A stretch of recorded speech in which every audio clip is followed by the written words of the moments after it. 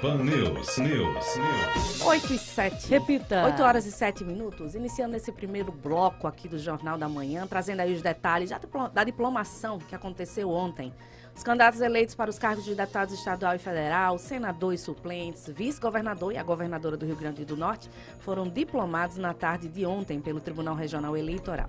A cerimônia aconteceu no auditório do Centro de Operações da Justiça Eleitoral. O TRE, pela manhã, antes do início da solenidade de posse, ele acabou fazendo a retotalização dos votos e aí deferiu a diplomação de Ubaldo Fernandes, do PSDB. Ele foi reeleito para o mandato de 2023 a 2027. Teve 34 mil votos, uma quantidade a menos, bem abaixo da quantidade dada pelo eleitor ao Wendel Largatixa. Ele, mesmo não sendo diplomado, ele acompanhou a solenidade de posse da Justiça Eleitoral. Eleito o Baldo não foi, né? Mas ele conseguiu o seu diploma depois da decisão que indeferiu momentaneamente, obviamente, o registro da candidatura de Wendel Largatixa. O Wendel que teve 88.286 votos, se eu não me engano, foi o mais votado da história do Rio Grande do Norte, e participou da diplomação. Diplomação bem concorrida. A gente sabe que lá tem um limite pequeno, né, de pessoas que podiam participar, e foi uma solenidade bem tranquila. Quem discursou foi a governadora Fátima Bezerra, reeleita. Ela falou sobre os seus projetos para a partir de 2023 e, por incrível que pareça, não olhou muito pelo retrovisor, viu?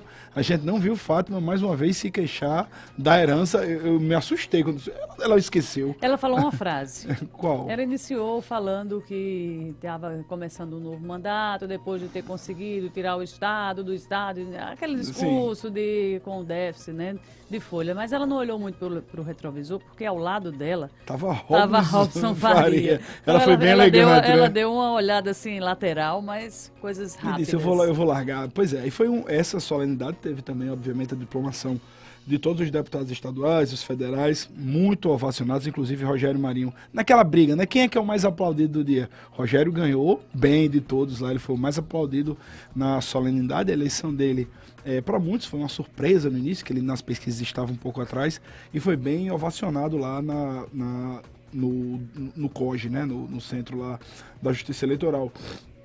Isso também porque Rogério Marinho recebeu apoio de governistas, de oposicionistas. A maioria do pessoal que lá estava realmente era apoiador de Rogério Marinho.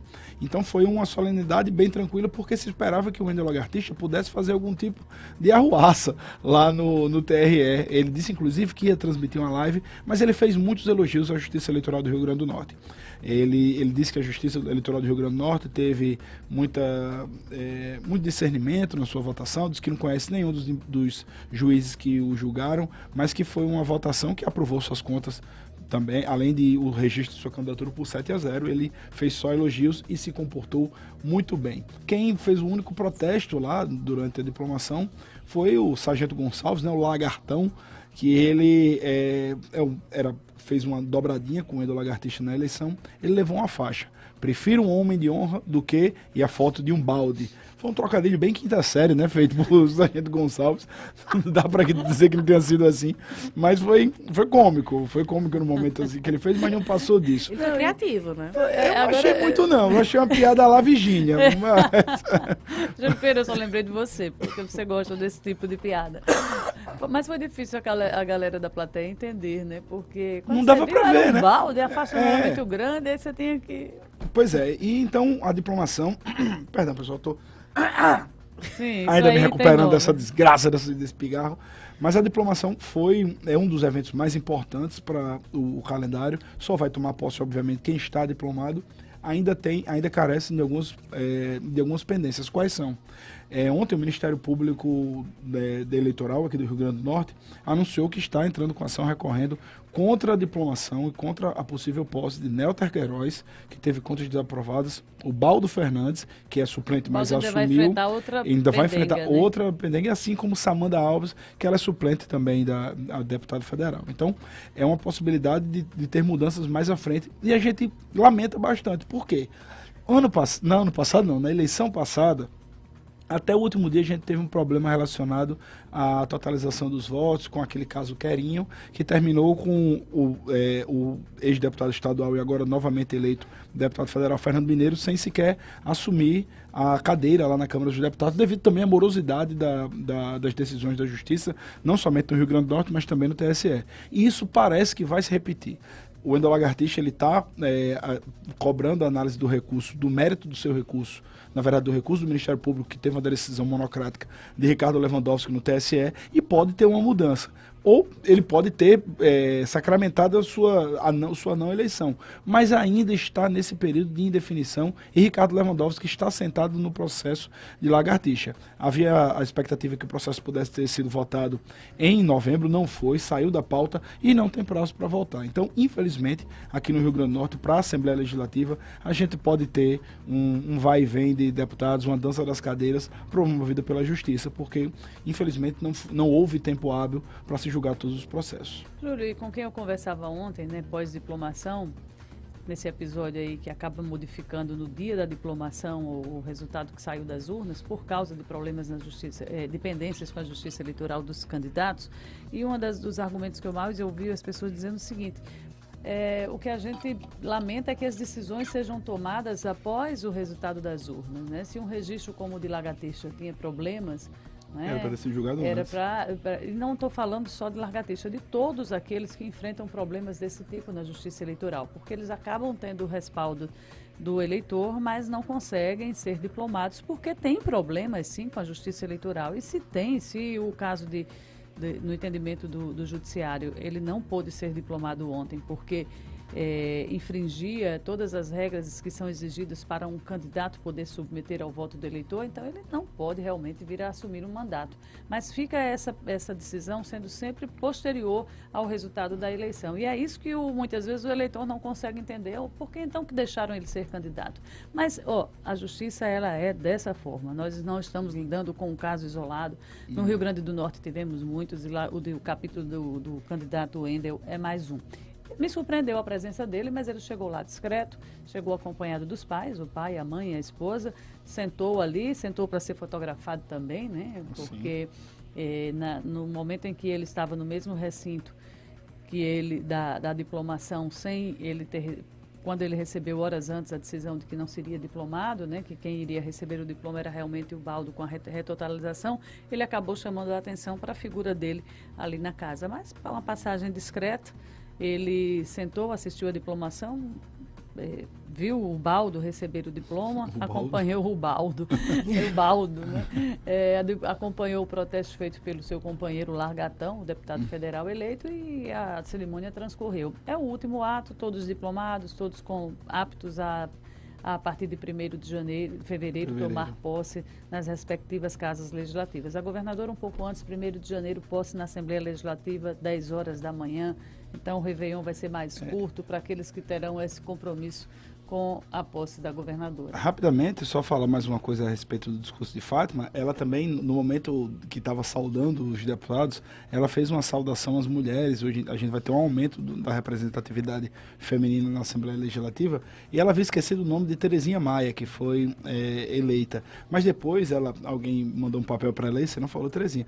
E ela disse o nome de Terezinha Maia e fez, que bom que você falou. E a forma com que ela falou demonstrou uma certa proximidade que deu a entender, será que ela vai mesmo sendo do PL, será que ela vai para a oposição? Ou, porque ela foi eleita para ir para a oposição. Sim. Mas será que ela vai participar da base governista? Está na conta do governo. Está na conta do governo. E o deputado Francisco do PT, ontem ele falou sobre isso, não sobre Terezinha Maia, mas falou sobre a composição da bancada. Ele disse, não, está se conversando, ainda tem tempo para a gente discutir sobre isso e vamos conversar para ter uma maioria na Assembleia Legislativa. Pelas urnas, o governo tem minoria.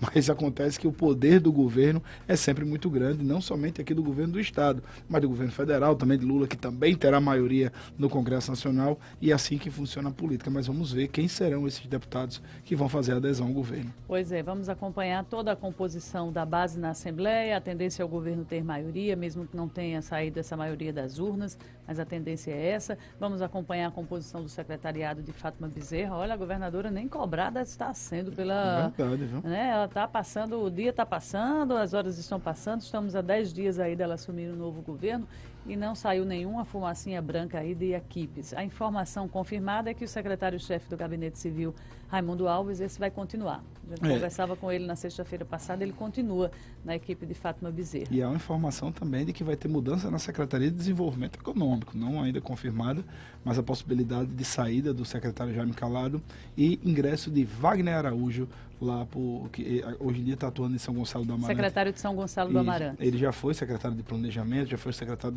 do Gabinete Civil do Governo do Estado e há uma expectativa de que ele possa ser o secretário de Desenvolvimento Econômico agora. Wagner tem uma capacidade aí que a gente tem que registrar. Ele consegue passar por vários tipos de governo, não é? Se eu for lembrar aqui com você, começou com Vivaldo Costa, quando Vivaldo assumiu o governo do Rio Grande do Norte naquele 94. período.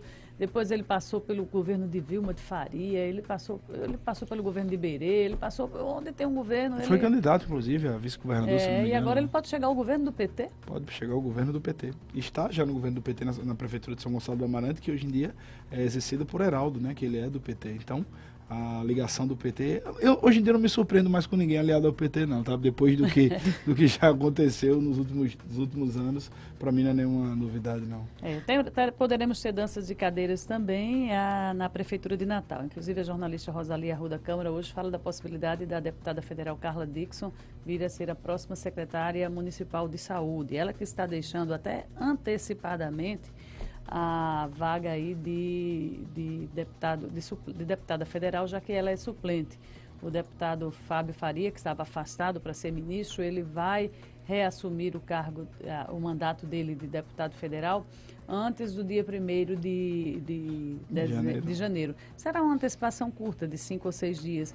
O ministro Fábio Faria vai renunciar ao cargo de ministro, assume o mandato e depois ele estará de férias no mês de janeiro. Missão grande aí, se for confirmado o nome de Carla Dickson para a pasta de saúde, porque a situação, né? Não é fácil. 8h19. Repita. 8h19. Quem também estava lá e foi diplomado foi o senador Rogério Marinho e o seu suplente, o empresário Flávio Azevedo. Marinho destacou que sua atuação será voltada aí para defender as mudanças estruturantes que foram concretizadas e que ele acredita que fortaleceram a economia e atraíram investimentos. Vamos defender um legado importante que transformou o país nos últimos 6 anos, de mudanças econômicas e estruturais importantes que permitiram a retomada da economia e a melhoria da vida da população, falou Marinho. Tanto Rogério Marinho quanto